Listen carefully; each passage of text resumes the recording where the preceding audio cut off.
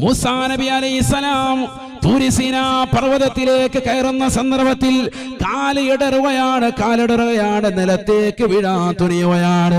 പെട്ടെന്ന് തന്നെ ബഹുമാനപ്പെട്ടവർ തൂരിസീനാ പർവ്വതത്തിലുള്ളതാകുന്ന മരച്ചില്ലയിലേക്ക് പിടുത്തിടുകയാണ്. ഈ ലോകത്തിന്റെ ജഗന്യനാവായ പരിപാലകനാകുന്ന പടച്ചറബ് മൂസാ നബി അലൈഹിസ്സലാമിനോട് പറയുകയാണ്, യാ മൂസാ, കരീമുല്ലാഹി മൂസാ നബിയോട് പറയുകയാണ്, മൂസാ നബിയേ, ഇനി ശ്രദ്ധിച്ചുകൊണ്ട് കാലുകൾ വെക്കണേ. കാരണം നിങ്ങൾക്ക് വേണ്ടി ദുആ ചെയ്തിരുന്നതായ 2 കരങ്ങൾ നിങ്ങളുടെ മാതാവ് മരണപ്പെട്ടു പോയിട്ടുണ്ട്, അവർ വഫാത്തായിട്ടുണ്ട്. അതുകൊണ്ട് ഇനി മുന്നോട്ട് കാലുകൾ വെക്കുമ്പോൾ ശ്രദ്ധിക്കണേ. ഇതുവരെ നിങ്ങൾ വീഴാതെ മുന്നോട്ട് ഗമിക്കാനുള്ള കാരണം നിങ്ങളുടെ ഉമ്മയുടെ പ്രാർത്ഥനയാണ്. ഇപ്പോൾ ഉമ്മയില്ല, ഉമ്മ വഫാത്തായിട്ടുണ്ട്.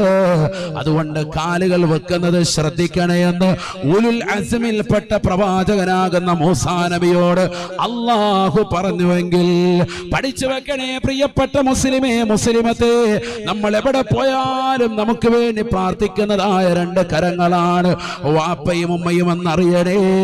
നീ വീട്ടിൽ നിന്ന് ബൈക്ക് എടുത്ത് പുറത്തിറങ്ങുമ്പോ, നീ കാറെടുത്ത് പുറത്തിറങ്ങുമ്പോ, വീടിൻ്റെതാകുന്ന വാതിക്കൽ നിന്നുകൊണ്ട് പടച്ചറപ്പ് എന്നെ പൊന്നുമോനെ കാക്കണേ അല്ലാ എന്ന് ചാരുകസേരയിൽ ചുളുങ്ങിയതാകുന്ന കൈവരലുകൾ ഉള്ളതാകുന്ന ചുക്കിച്ചുളിഞ്ഞതാകുന്ന മോശമാകുന്ന വസ്ത്രം ധരിച്ച് നിന്റെ കൺമുന്നിൽ മോശമാകുന്ന വസ്ത്രം ധരിച്ചിരിക്കുന്ന പാവപ്പെട്ട ഉപ്പ, ആ ഉപ്പയുടെ ഒരൊറ്റ പ്രാർത്ഥന മതി പൊന്നുമോനെ. ഉമ്മ ജനലിന്റെ അടിയിലൂടെ നോക്കിയിട്ട് അല്ലാഹുവേ എന്റെ പൊന്നുമോനെ കാക്കണേ അല്ലാ, എന്റെ പൊന്നുമോളെ കാക്കണേ റബ്ബേ. പ്രവാസ ലോകത്തേക്കുള്ള യാത്രയാണ്, നീ ഖൈറിലാക്കണേ അല്ലാ. വാപ്പയുടെയും ഉമ്മയുടെയും ഈ പ്രാർത്ഥന ലഭിക്കാതെ ഒരാളും ജീവിതത്തിൽ കടന്നുപോയിട്ടില്ല. അവരുടെ മന്ത്രിച്ചൂതലില്ലാതെ നിന്റെ ജീവിതത്തിൽ ഒരു ഖൈറിലേക്കും നീ പടവുകൾ കയറിയിട്ടില്ല. മൂസാ നബി അലൈഹിസ്സലാമിനോട് പോലും അല്ലാഹു പറയുകയാണ്, മൂസാ ഇനി പർവ്വതത്തിലേക്ക് കയറുമ്പോൾ ശരിക്ക് ശ്രദ്ധിച്ചുകൊണ്ട് വരണേ. കാരണം നിനക്ക് വേണ്ടി ദുആ ചെയ്തിരുന്ന, നിന്നെ വീഴാതെ പിടിച്ചു നിർത്തിയിരുന്ന നിന്റെ പ്രിയപ്പെട്ട ഉമ്മ ഇന്ന് നഷ്ടപ്പെട്ടു പോയിട്ടുണ്ട്, അവർ വഫാത്തായിട്ടുണ്ട് എന്ന് അല്ലാഹു വ്യക്തമാക്കുകയാണ്. പഠിക്കണം നമ്മൾ ആര്? മൂസാ നബി ആര്? സുബ്ഹാനല്ലാഹ് അലൈഹിസ്സലാം. ഉലുൽ അസ്മിൽപ്പെട്ട പ്രവാചകനോട് പോലും അല്ലാഹു പറഞ്ഞു, ഇനി ശ്രദ്ധിച്ച് നടക്കിൻ, ഉമ്മ മരിച്ചിട്ടുണ്ട്, ശ്രദ്ധിച്ച് നടക്കിൻ. പാപ്പായി ഉമ്മായി മരിച്ചവരൊക്കെ ശ്രദ്ധിച്ച് നടന്നോ എന്നാ പറഞ്ഞതിന്റെ അർത്ഥം. ഇനി വീഴാൻ തുടങ്ങാൻ. ഇതുവരെ നീ ആസ്വദിച്ചു, അവരുടെ തണലിൽ ആസ്വദിച്ചു. വാപ്പ മരിച്ചവരെ, ഉമ്മ മരിച്ചവരെ ഖേദിക്കിൻ. അവരുടെ കാൽക്കൽ വീഴാതെ, പൊരുത്തപ്പെടിക്കാതെ, അഹന്ത വെച്ചുകൊണ്ട്, സമ്പത്ത് കൊണ്ട് അഹങ്കരിച്ച് ഈ ദുനിയാവിൽ സർവ്വതും വെട്ടിപ്പിടിച്ച് സ്വന്തം മാതാവിന്റെയും പിതാവിന്റെയും പൊരുത്തം പോലും കിട്ടാതെ ലോകത്തുള്ള സർവ്വതും വെട്ടിപ്പിടിച്ചിട്ടുണ്ട്. പക്ഷെ പിടിക്കേണ്ട പൊരുത്തം നീ പിടിച്ചിട്ടില്ല. പൊരുത്തം മാത്രം കിട്ടിയില്ല. അയൽവാസിയുടെ സ്ഥലമൊക്കെ നിന്റെ കയ്യിലുണ്ട്. ചിലർ കണ്ടിട്ടില്ലേ, അയൽവക്കക്കാർക്ക് വണ്ടി ഒന്ന് കയറിപ്പോകാനുള്ള സൗകര്യം പോലും ചെയ്തു കൊടുക്കൂല. ഒന്ന് വളച്ചു വെക്കാൻ, അവന്റെ മതിലൊന്ന് ചെറുതായിട്ടൊന്ന് വളച്ചു കൊടുത്താൽ മതി, അതിന് സമ്മതിക്കില്ല. അവിടെ നല്ല സ്ക്വയറായിട്ട് വിടുകയുള്ളൂ. അത്ര അഹന്ത. എന്താ കാരണം? അതുകൂടി നമുക്കിങ്ങോട്ട് പോരണം, അതുകൂടി നമുക്കിങ്ങ് കിട്ടണം. ഇങ്ങനെ ദുനിയാവ് വെട്ടിപ്പിടിച്ച് ഭൗതിക ലോകത്തിന് വേണ്ടി, അതിനുവേണ്ടി കഷ്ടപ്പെട്ട് ഓടി നടന്ന ആളുകൾ കിട്ടേണ്ടതാകുന്ന, പിടിക്കേണ്ടതായ കാല് പിടിച്ചില്ല. വാപ്പാടെ ഉമ്മാടെയും കാല് പിടിച്ചില്ല. അവർ ഖേദിച്ചോ? അള്ളാഹു നമ്മളെ കാത്തു സംരക്ഷിക്കട്ടെ. അവരിപ്പോ ഇന്ന് പോയി, ഇന്ന് ഖബറിലാണ്, ഇന്ന് ചാലിൽ ഖബറിസ്ഥാനിൽ അവർ കിടക്കുകയാണ്. എന്താണ് അവരുടെ അവസ്ഥയെന്ന് അള്ളാഹു ആലം. അള്ളാഹു അവരുടെ ദറജ ഉയർത്തുമാറാവട്ടെ. അള്ളാഹു ദറജ ഉയർത്തുമാറാവട്ടെ. നീ ഒന്നുമല്ലാതിരുന്ന കാലഘട്ടത്തെ പറ്റി ഒന്ന് ചിന്തിക്കണേ. എത്ര പ്രയാസം സഹിച്ചിട്ടാണ് ഉമ്മയും ഉപ്പയും ഈ ദുനിയാവിലേക്ക് നിന്നെ കൊണ്ടുവന്നത് എന്ന് ചിന്തിക്കണേ. നീ ഒന്നുമല്ലാതിരുന്ന ഒരു കാലഘട്ടത്തെ പറ്റി നീ എന്താ ചിന്തിക്കാതെ പോകുന്നത്? നിനക്കൊരു കാലമുണ്ടായിരുന്നു. ഇന്ന് നീ കാണുന്ന ഒരവസ്ഥയ്ക്ക് മുമ്പ് ഒരു ലോകം. സുബ്ഹാനല്ലാഹ്. ഏതാണ് ആ ലോകം? ഉമ്മയുടെ ഉദരത്തിൽ 9 മാസം 10 ദിവസം നീ കഴിഞ്ഞതാകുന്ന ലോകം നമുക്കൊക്കെ ഉണ്ടായിരുന്നു. ഒന്ന് ചിന്തിക്കണം ആ ലോകത്തെ പറ്റി. ഈ സദസ്സിൽ നിന്ന് തന്നെ ചിന്തിച്ചിട്ട് പോകണം. അള്ളാഹു തൗഫീഖ് നൽകട്ടെ. അള്ളാഹു തൗഫീഖ് നൽകട്ടെ. ശരിക്കും ശ്രദ്ധിക്കണേ, നല്ലതുപോലെ ശ്രദ്ധിക്കണം. അള്ളാഹു നമുക്ക് നാഫിയായ ഇൽമ നൽകുമാറാവട്ടെ. ഉമ്മയുടെ ഉദരത്തിൽ നമ്മൾ കഴിഞ്ഞിരുന്ന കാലയളവ് ഒന്ന് ചിന്തിക്കാൻ സഹോദര സഹോദരിമാരെ, എല്ലാവരും ചിന്തിക്കും. നമ്മളൊന്നുമല്ലായിരുന്നു. ഇന്ന് കാണുന്നതായ ഈ വലിയ തസ്തിക, ഉയർന്നതാകുന്ന വിദ്യാഭ്യാസം, വലിയ മണിമാളികകൾ അള്ളാഹു നമുക്കിന്ന് നൽകി. നല്ല വാഹന സൗകര്യം നൽകി. ഏക്കർ കണക്കിന് ഭൂമി അള്ളാഹു നൽകി. സാമ്പത്തികമാകുന്ന വലിയ ആസ്തിയുള്ളവനാക്കി അള്ളാഹു നിന്നെ മാറ്റി. നല്ല ഒരു സുന്ദരിയായ ഭാര്യയെ അള്ളാഹു നിനക്ക് നൽകി. തരുണീമണികളാകുന്ന മക്കളെ അള്ളാഹു നിനക്ക് സമ്മാനിച്ചു. ഇതൊന്നും ഇല്ലാതിരുന്ന ഒരു ഘട്ടം നിനക്കുണ്ടായിരുന്നു. നീ ഒന്നുമല്ലാതിരുന്ന ഇന്ന് 6 അടി പൊക്കമുള്ളവൻ, അല്ലെങ്കിൽ 5.8 ഇഞ്ച് പൊക്കമുള്ളതാകുന്ന മനുഷ്യൻ, ഇത്ര അടിയുള്ളവൻ, ഇന്ന് ഇതൊന്നുമില്ലാതെ 162 സെന്റിമീറ്റർ ഉയരമുള്ളതാകുന്ന ഈ വ്യക്തി, ഇതിനു മുമ്പ് ഇതൊന്നും ഇല്ലാതിരുന്നതാകുന്ന ഒരു കാലഘട്ടം, ഉമ്മയുടെ ഉദരത്തിൽ ചെറിയതാകുന്ന ഒരു ബീജത്തുള്ളിയായി നീ നിലകൊണ്ട സാഹചര്യം ഒന്ന് ചിന്തിക്കുക. അള്ളാഹു ചോദിക്കുക, അങ്ങനെ ഒരു കാലഘട്ടം നമുക്കുണ്ടായിരുന്നല്ലോ. അപ്പോഴാണ് ഉമ്മയെക്കുറിച്ച് ചിന്തിക്കുക, ഉമ്മയുടെ കഷ്ടപ്പാടിനെ കുറിച്ച് ചിന്തിക്കുന്നത്. അപ്പോഴാണ് നമ്മുടെ ചിന്ത വന്ന് അങ്ങോട്ടൊന്ന് പോകും. നമ്മളിങ്ങനെ ദുനിയാവിന്റെ പുറകെ പോകുന്നത് കൊണ്ടാണ് പലരും മനസ്സിലാക്കാത്തത്. ഒന്ന് പുറകോട്ട് വരുന്നത് എപ്പോഴും നല്ലതാണ്, എങ്കിലേ മുന്നോട്ട് നല്ലതുപോലെ ഗമിക്കാൻ പറ്റുള്ളൂ, പോകാൻ പറ്റുള്ളൂ. അള്ളാഹു തൗഫീഖ് നൽകട്ടെ. ഇവിടെ ശ്രദ്ധിക്കുക. ബിസ്മില്ലാഹിർ റഹ്മാനിർ റഹീം. هل أتى على الإنسان حين من الدهر لم يكن شيئا مذكورا إنا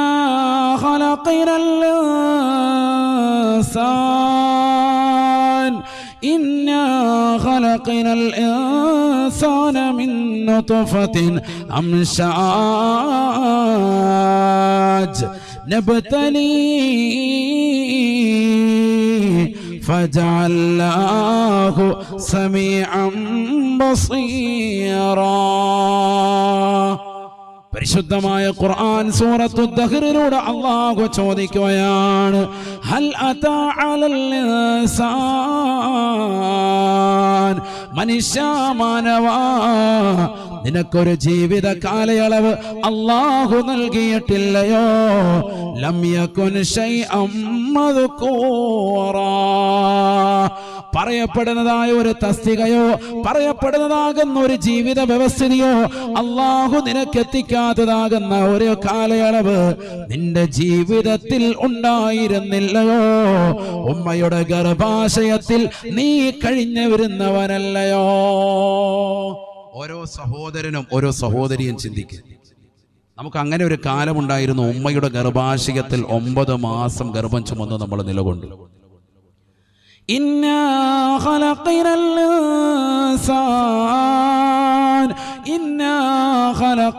ഇൻസാന മിൻ നുത്ഫത്തിൻ അംശാജ്,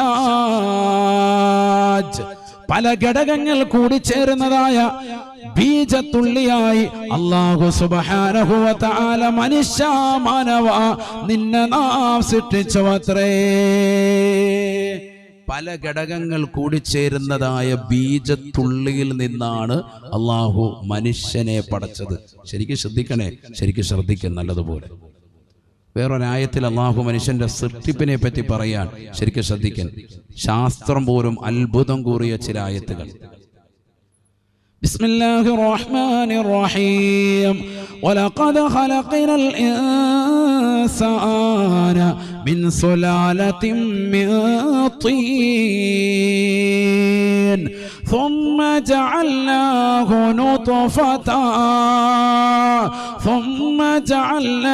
نطفة في قرار مكين ثم خلقنا النطفة علقة فخلقنا العلقة مضغة فخلقنا المضغة عظاما فكسونا العظام لحما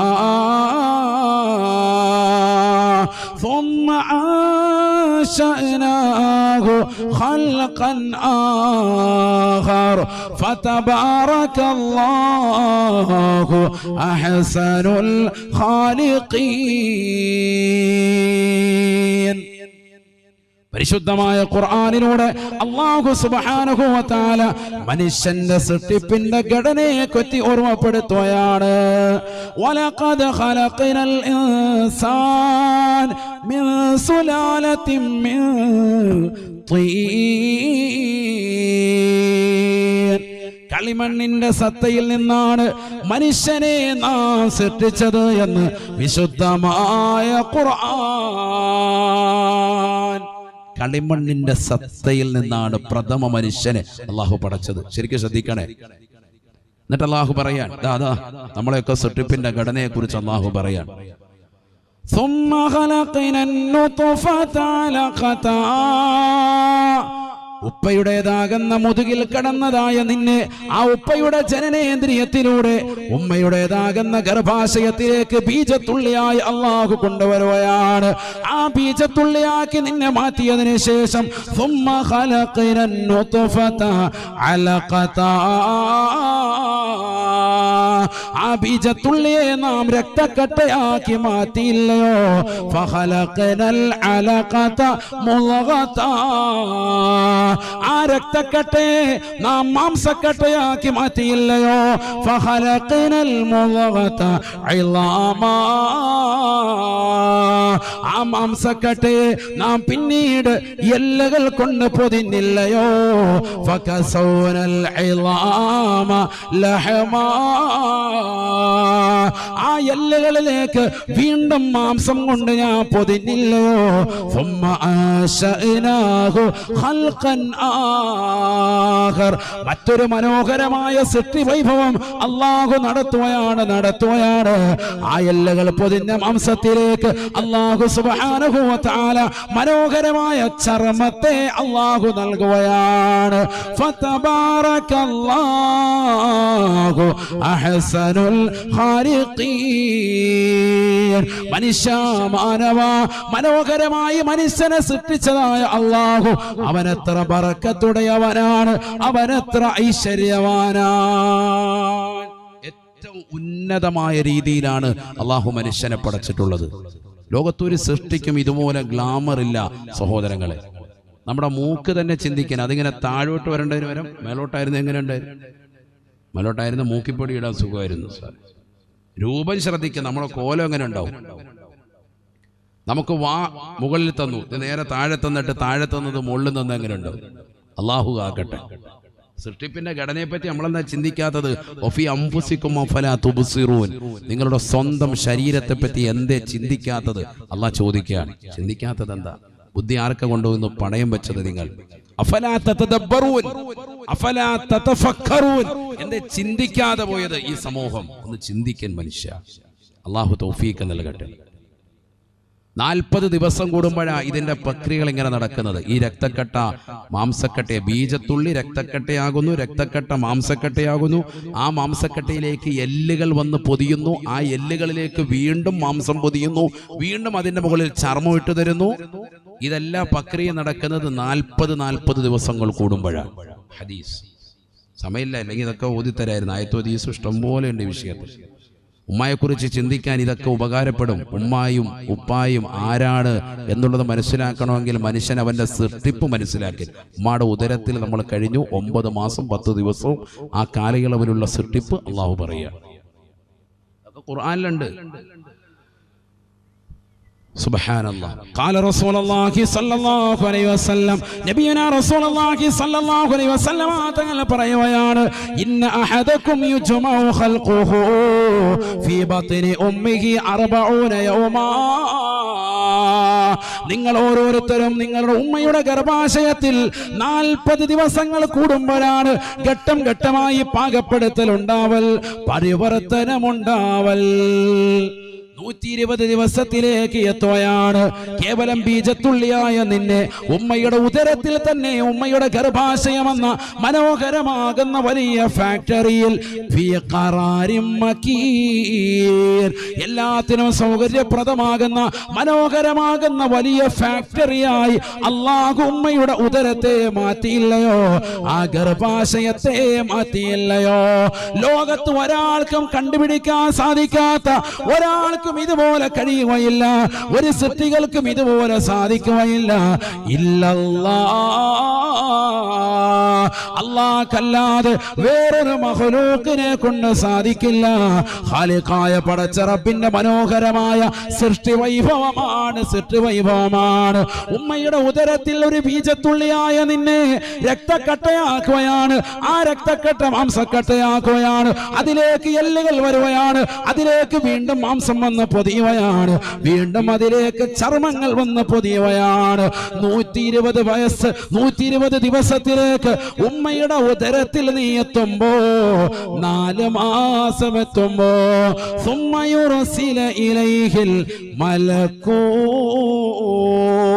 ഒരു മലക്കിനെ അല്ലാഹു പറഞ്ഞേക്കുകയാണ്.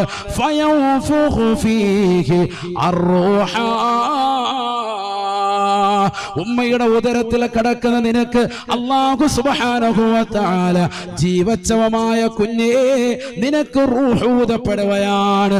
ആ റൂഹാണ് ഇന്ന് നീ ശ്വാസോച്ഛ്വാസമായി കൊണ്ട് നടക്കുന്ന ഈ ആത്മാവ് എന്ന സബരി എന്ന് തിരിച്ചറിയണേ. അത് പോയാൽ സർവ്വതും ഖലാസാണ്, കഴിഞ്ഞതാ. അത് പോയാൽ പിന്നെ മരിച്ചു, കഴിഞ്ഞു. നാലാമത്തെ മാസം പൂർത്തിയാകുമ്പോഴാണ്, അഥവാ ഉമ്മയുടെ ഉദരത്തിൽ 120 ദിവസം നീ പ്രായമായപ്പോഴാണ് ഒരു മലക്കിനെ പറഞ്ഞയച്ചിട്ട് അള്ളാഹു ആത്മാവ് ഊതിയത്. അന്ന് കിട്ടിയ റൂഹ ഇത്. ഈ ആത്മാവുമായിട്ടാണ് നീ ശ്വാസമില്ലാത്ത പാവപ്പെട്ട ഉമ്മയുടെ നെഞ്ചത്തേക്ക് ചവിട്ടാൻ പോകുന്നത്. അള്ളാഹു നമ്മളെ കാക്കുമാറാവട്ടെ. 4 മാസം എത്തുമ്പോഴാണ് കുഞ്ഞ് അനക്കം വെക്കുക. കല്യാണം കഴിഞ്ഞ് ഗർഭിണിയാകുന്ന സഹോദരിമാർ 4 മാസം എത്തുമ്പോഴത്തേക്കും വയറ്റിൽ ചെറിയ തുടിപ്പ്. ഭർത്താവിനോട് പറയും. ആ രാത്രിയിൽ ഉമ്മമാർക്ക് ഉറക്കയില്ല ഭാര്യയ്ക്ക്. ഭർത്താവ് ഒന്നിങ്ങനെ തൊട്ടൊക്കെ നോക്കും, ചെവി വെച്ച് നോക്കും, എന്താണ് സംഭവം. ചെറിയ ചെറിയ അനക്കം തുടങ്ങിയിട്ടുണ്ട്. ആദ്യമായി കുഞ്ഞ് കാലുറപ്പിക്കുന്നത് അവിടെയാണ്. ഇന്നിപ്പോ ഈ ഭൂമിയിൽ കാലുറപ്പിച്ച നീ ആദ്യമായി ചവിട്ടിയത് ഉമ്മയുടെ അടിപ്പള്ളയുടെ അടിഭിത്തിയിലാണ്. ആദ്യമായി നീ ചവിട്ടിയത് അവിടെയാണ്. ഉമ്മയുടെ അടിപ്പള്ളയുടെ അടിഭിത്തിയിലേക്കാണ് നിന്റെ ചവിട്ട് ആദ്യമായിട്ട് കൊണ്ടുവരുന്നത്. ആ പ്രിയപ്പെട്ട ഉമ്മയാണ് പിന്നെ നീ വലുതായപ്പോ ചവിട്ടി പിടിക്കാൻ ജാക്കി ചാൻ നെഞ്ചത്തേക്ക് ചവിട്ടി ഉമ്മയുടെ. അള്ളാഹു നമ്മളെ കാക്കുമാറാവട്ടെ. അതേ കാലുപയോഗിച്ച് ആ ചവിട്ട് പിന്നെ ആദിക്കും കൂടി വേദന കൂടി പ്രയാസം വഹിക്കുകയാണ് ഉമ്മാക്ക്. 6 മാസം എത്തി, ഉമ്മ വല്ലാതെ പ്രയാസപ്പെടുന്നു. പിന്നെ ചവിട്ട് കൂടുകയാണ്. ചില കുട്ടികൾ വല്ലാതെ പ്രയാസപ്പെടുത്തിയിട്ടുണ്ട്. ഈ സദസ്സിലുള്ളതാകുന്ന ആളുകൾ ഉമ്മമാര് ജീവിച്ചിരിക്കുന്നുണ്ടെങ്കിൽ പോയി ചോദിക്കണം, എൻ്റെ കുർസൃതി എന്തൊക്കെയായിരുന്നു ഗർഭധാരണ കാലയളവിൽ. ഉമ്മ പറഞ്ഞു തരും. ഉമ്മക്ക് ആ വിഷയമൊക്കെ നല്ല ഓർമ്മയുണ്ട്. മറ്റെന്ത് മറന്നാലും മക്കളുടെ കാര്യത്തിൽ ഉമ്മ വലിയ ജാഗ്രത പുലർത്തിയിട്ടുണ്ട്. അത് ചോദിക്കണം, നമ്മൾ അറിയുന്നത് നല്ലതാണ്. പഴയ കാലഘട്ടം. ഇന്ന് നീ വലിയ ആളായി വലിയ ഷേഖായിട്ട് നടക്കാൻ നിന്റെ ചെറുപ്പ കാലഘട്ടത്തെ നീ ഒന്ന് അറിയൻ, സ്മരിക്കൻ. അള്ളാഹു തൗഫീഖ് നൽകട്ടെ. നബി സല്ലല്ലാഹു അലൈഹി വസല്ലമ തങ്ങൾ പറയുന്നു, ഖുർആൻ ഓതിക്കൊണ്ട് പാപ്പായും ഉമ്മായും സഹിച്ച ത്യാഗങ്ങൾ ചെറുതല്ല, പ്രത്യേകിച്ച് ഉമ്മ. ووصينا الإنسان بوالديه إحسانا حملته أمه كرها ووضعته كرها وحمله وفصاله 30 شهرا. പഠിച്ചു വെക്കണേ കാവുന്തറയിലുള്ള സഹോദരങ്ങളെ, കോഴിക്കോടുള്ള പ്രിയപ്പെട്ട മുസ്ലിമേ, മുസ്ലിമത്തെ, നിന്റെ ഉമ്മ ആരാണ്? ഉമ്മ ആരാണ്? അല്ലാഹുവിന്റെ ഖുർആൻ പറയുകയാണ്, ഹമലതുഹു ഉമ്മുഹു ഖുർഹാ. ഒരുപാട് പ്രയാസം സഹിച്ചിട്ടാണ്, ഒരുപാട് ത്യാഗം സഹിച്ചിട്ടാണ് നിന്റെ ഉമ്മ നിന്നെ ഉദരത്തിൽ കൊണ്ടു നടന്നത്. അവർ ഗർഭധാരണം നടത്തിയത് 9 മാസം ഉറക്കമില്ലാത്ത രാവുകളാണ്. എത്രയാണ് ഛർദിച്ചത്, എത്രയാണ് പ്രയാസപ്പെട്ടത്, എത്രയാണ് അവരുടെ ശരീരം ക്ഷീണിച്ചത്. പോഷകാഹാരങ്ങൾ കുറവുള്ളതാകുന്ന ശരീരത്തിൻ്റെതാകുന്ന എല്ലുകൾ പുറത്തേക്ക് ഉന്തി നിൽക്കുന്ന കരിവുരണ്ട വസ്ത്രം ധരിച്ചതാകുന്ന വീടിന്റെ അകത്തളത്തിൽ സങ്കടത്തിൽ കഴിയുന്നതായ പ്രിയപ്പെട്ട ഉമ്മയല്ലയോ, ആ ഉമ്മയുടെ ചുക്കിച്ചുളിഞ്ഞതാകുന്ന കൈകൾ കാണുമ്പോ ഒന്ന് കയ്യിലൊന്ന് പിടിച്ച് ചുംബിക്കാൻ മദ്രസയിൽ പോകുന്ന നിനക്ക്, സ്കൂളിൽ പോകുന്ന നിനക്ക് ഇന്ന് കഴിയുന്നില്ല. ഉമ്മയോട് വെറുപ്പാണ്. എന്നാൽ പൊന്നുമോനെ പൊന്നുമോളെ, ഈ പ്രിയപ്പെട്ട ഉമ്മ ശരീരം ക്ഷീണിക്കാനുള്ള കാരണം നീയാണ്. നിന്നെ നൊന്ന് പ്രസവിപ്പിച്ചതാണ്, നിനക്ക് വേണ്ടി മുലപ്പാല് നൽകിയതാണ്. ആ പ്രിയപ്പെട്ട ഉമ്മയുടെ ചോര മുഴുവനും ഊറ്റി കുടിച്ചുകൊണ്ട് ദുനിയാവിൽ അഹന്തയോടുകൂടി നീ നടക്കുകയല്ലയോ. വഹംലുഹു വഫിസാലുഹു 30 ശഹറാ. പ്രിയപ്പെട്ട മാതാവ് സഹിച്ച ത്യാഗം ചെറുതല്ല. 9 മാസവും 10 ദിവസവും നിന്നെ ഗർഭം ചുമന്നുകൊണ്ട് നടക്കുകയാണ്. തീർന്നില്ല, നിന്നെ നൊന്ത് പ്രസവിക്കുകയാണ്. ശരീരത്തിന്റെ 22 എല്ലുകൾ ഒരേ സമയത്ത് ഒടിയുന്ന വേദനയാണ് ശാസ്ത്രം നിരീക്ഷിക്കുകയാണ്. ഒരുമ്മ പ്രസവ വേദന എടുക്കുന്നത് എന്ന് ലോകത്തോട് വിളിച്ചു പറഞ്ഞുവെങ്കിൽ എത്ര വലിയ വേദനയാണ് പ്രിയപ്പെട്ട മാതാവ് സഹിച്ചത്. നിന്നെ ഗർഭധാരണം നടത്തിയതും നിനക്ക് മുലപ്പാല് നൽകാൻ വേണ്ടിയും ഉമ്മ ചെലവഴിച്ചതായ കാലയളവ് 30 ശഹറാ, 30 മാസമാണ്. അല്ലാഹ് പറയാണ്. ഇന്നിപ്പോ ശാസ്ത്രം 19ാം നൂറ്റാണ്ടിലാണ് പറയുന്നത്. ഈ ആയത്ത് ശരിവെക്കുകയാണ്. എന്താണ് ശാസ്ത്രം വളരെയേറെ അത്ഭുതം കൂറിയ ആയത്തുകളാണിത്. ഗർഭധാരണത്തിന്റെ കാലയളവും അതുപോലെ തന്നെ കുട്ടിക്ക് മുല കൊടുക്കുന്ന കാലയളവും കൂടി അള്ളാഹു പറയുന്നു. എത്രയാണ് മൊത്തം ഉള്ളത്? 30 മാസം. 30 ശഹ്റ. ശ്രദ്ധിക്കണേ, ഗർഭധാരണം അതുപോലെ തന്നെ മുലപ്പാല് കൊടുക്കുന്നത് എത്രയാണ്? എത്ര നാളെ കൊടുക്കേണ്ടത്? 1.5 വർഷം ആണോ? അല്ല, 2 വർഷം. 2 വർഷം പൂർത്തിയാക്കി കൊടുക്കണം. ചില ആളുകൾ പെൺകുട്ടികൾക്ക് 1.5 വർഷം, ആണുങ്ങൾക്ക് 2. കാരണം വലുതാകുമ്പോൾ ഇവന്റെ ചെലവിൽ കഴിയാമല്ലോ, റാഹത്തായി. മറ്റേത് പോകേണ്ടതല്ലേ എന്ന് ചിന്തിച്ച്. കണ്ണൂരായിരുന്ന പിന്നെ അവിടെ തന്നെ ഉണ്ടായിരുന്നത്, കോഴിക്കോടായി പോയി. അങ്ങനെയൊന്നും വേണ്ട. ആണിനും പെണ്ണിനും 2 പേർക്കും കഴിയുമെങ്കിൽ എത്ര കൊടുക്കണം? 2 വർഷം മുലപ്പാല് കൊടുക്കണം.